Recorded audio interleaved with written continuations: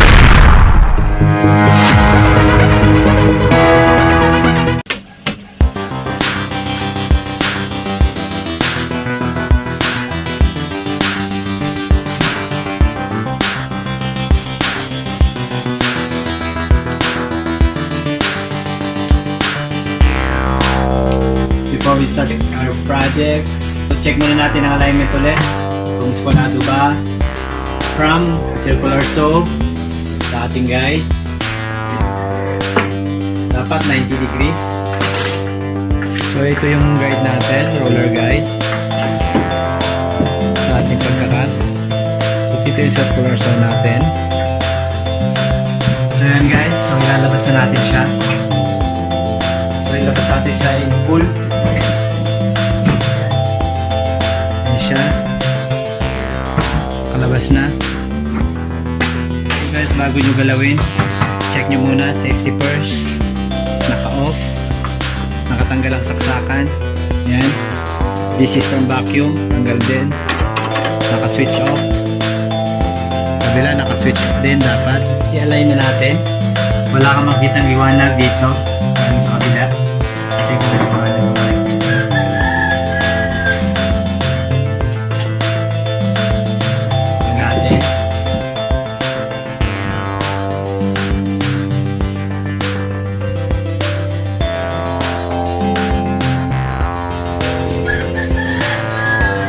vacuum natin.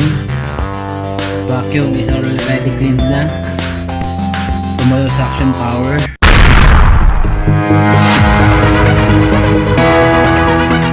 A few moments later.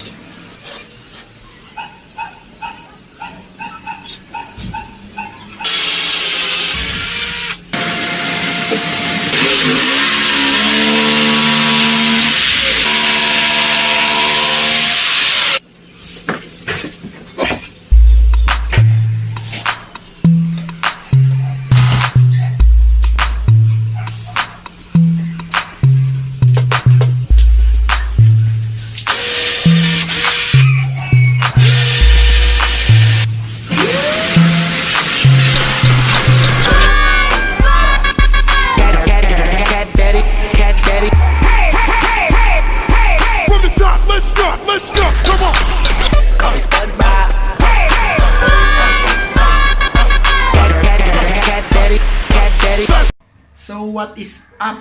That's the end of our part 1 video in subwoofer making or subwoofer box enclosure making. Ayan guys, napanood na natin. So sana nagustuhan nyo.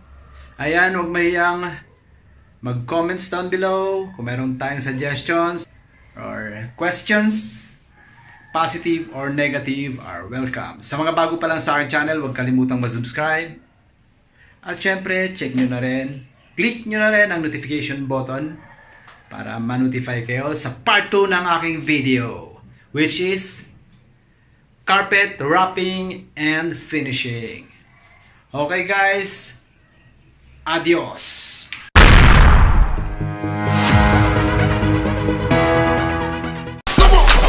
Call me SpongeBob, stacking Krabby Patties. I go to work, do my cat daddy. Call me SpongeBob, stacking Krabby Patties. I go to work, do my cat daddy.